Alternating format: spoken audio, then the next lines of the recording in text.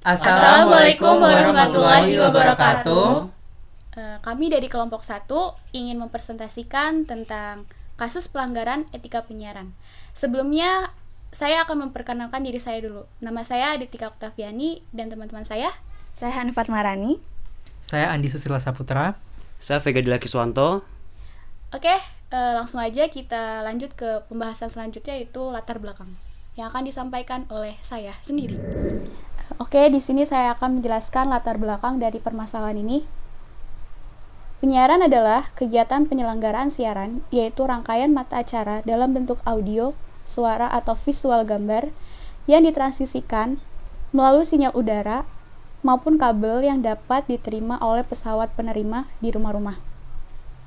Semakin tinggi umat manusia dalam mencari informasi, membuat peluang bagi dunia penyiaran untuk meningkatkan kinerja mereka dalam memberikan informasi baik secara langsung maupun tidak langsung.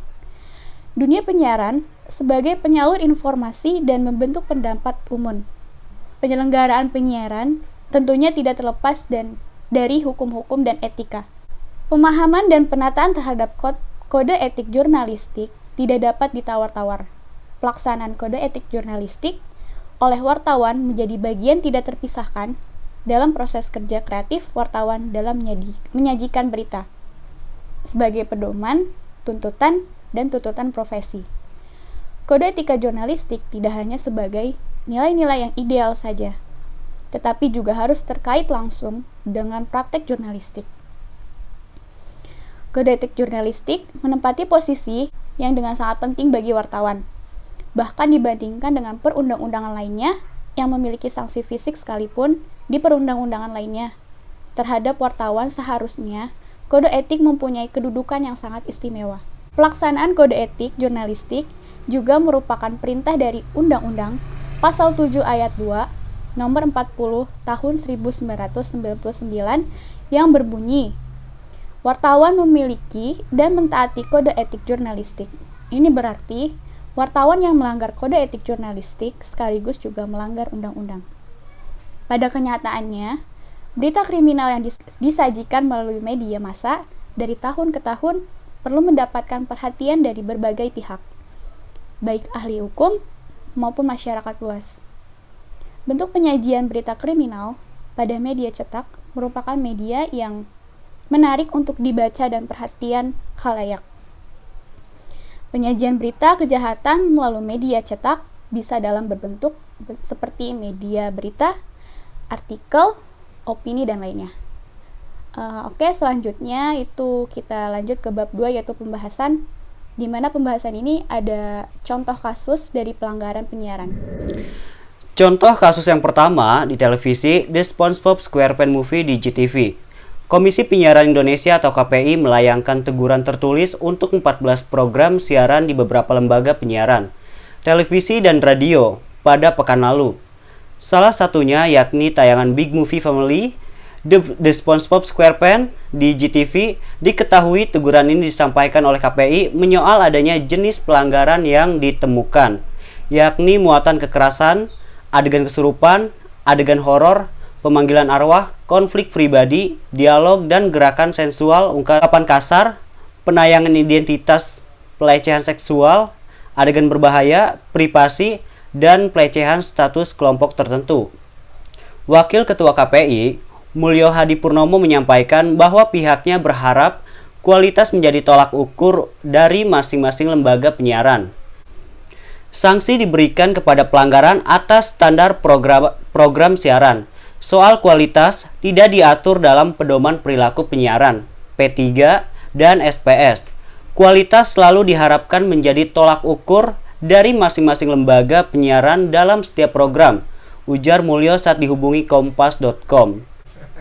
Menurutnya, standar kualitas tidak mudah dirumuskan, seperti hal teknis yang kadang bisa memicu perdebatan.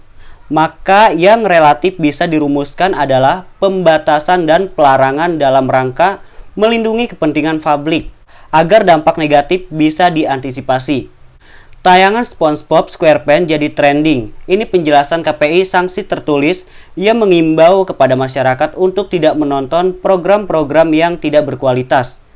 tidak mengedepankan kemanfaatan, bahkan cenderung menjual keributan. Masyarakat diharapkan aktif memberikan literasi kepada masyarakat lain agar melek dan berani melapor ke KPI jika ada program yang dipandang buruk dan tidak mendidik. Dilansir dari laman resmi KPI, pihaknya memutuskan mengirim surat teguran tertulis kepada 14 program siaran di beberapa lembaga penyiaran, televisi, dan radio pada Kamis 5 September 2019 lalu. 14 program siaran tersebut antara lain program siaran jurnalistik, Borgol, GTV, Big Movie Family, The SpongeBob SquarePants, Rukiah, Rahasia Hidup, Rumah Uya, dan yang lainnya. Selanjutnya, contoh kedua akan dibacakan oleh Andi. Oke, di sini aku akan menyampaikan tentang pelanggaran pada sebuah iklan, yaitu pada iklan Sido Susu yang ditayangkan pada TV One. Nah, tanggal teguran surat ini yaitu tanggal 22 Januari 2019 dengan nomor surat _KPI_31.2/12/01/2019. Nah, statusnya ini masih peringatan tertulis yang dilayangkan pada stasiun TV One. Nah, program siarannya yaitu iklan Sido Susu. Nah, deskripsi pelanggarannya yaitu Komisi Penyiaran Indonesia KPI Pusat menemukan potensi pelanggaran pada siaran iklan Sido Susu yang ditayangkan oleh stasiun TV One pada tanggal 8 Januari 2019 pada pukul 22.06 waktu Indonesia Barat. Nah, pelanggaran ini terjadi karena tidak memperhatikan ketentuan tentang norma kesopanan dan kesusilaan serta perlindungan anak sebagaimana diatur dalam Pedoman Perilaku Penyiaran dan Standar Program Siaran KPI tahun 2012. Program siaran tersebut terdapat adegan seorang wanita yaitu Cupi Cupita menyampaikan informasi komersil sembari menggerak-gerakkan bagian dadanya. KPI Pusat menilai hal tersebut berpotensi melanggar Pasal 9 dan Pasal 15 Ayat 1 SPS KPI tahun 2012 tentang kewajiban program siaran memperhatikan norma kesopanan dan kesusilaan yang dijunjung oleh keberagaman khalayak terkait budaya serta kewajiban program siaran melindungi kepentingan anak. Berdasarkan hal tersebut, KPI Pusat memutuskan untuk memberikan peringatan. Peringatan ini merupakan bagian dari pengawasan KPI Pusat terhadap pelaksanaan peraturan serta P3 dan SPS oleh lembaga penyiaran, sebagaimana diamanatkan dalam Undang-Undang Nomor 32 Tahun 2002 tentang penyiaran. Saudara wajib menjadikan P3 dan SPS KPI tahun 2012 sebagai acuan dalam menyiarkan sebuah program siaran. Nah, demikian peringatan ini diperhatikan dan dipatuhi. Atas perhatian saudara kami sampaikan terima kasihnya. Jadi berikut iklannya seperti itulah. Kalian bisa lihat, nanti aku kasih cuplikannya. Ya, Sido Susu. Kirimkan 2 bungkus susu jahe atau kopi jahe Sido muncul beserta data diri ke PO Box 9999 Jakarta Barat. Diundi setiap hari. Susuku, Sido Susu. Contoh kasus yang ketiga yaitu program siaran di Isdangdut RDI. Tanggal surat 1 Februari 2019. Nomor surat 51-KP.AI/31.2/12/2019. Status peringatan tertulis. Stasiun radio RDI, program siaran di Isdangdut.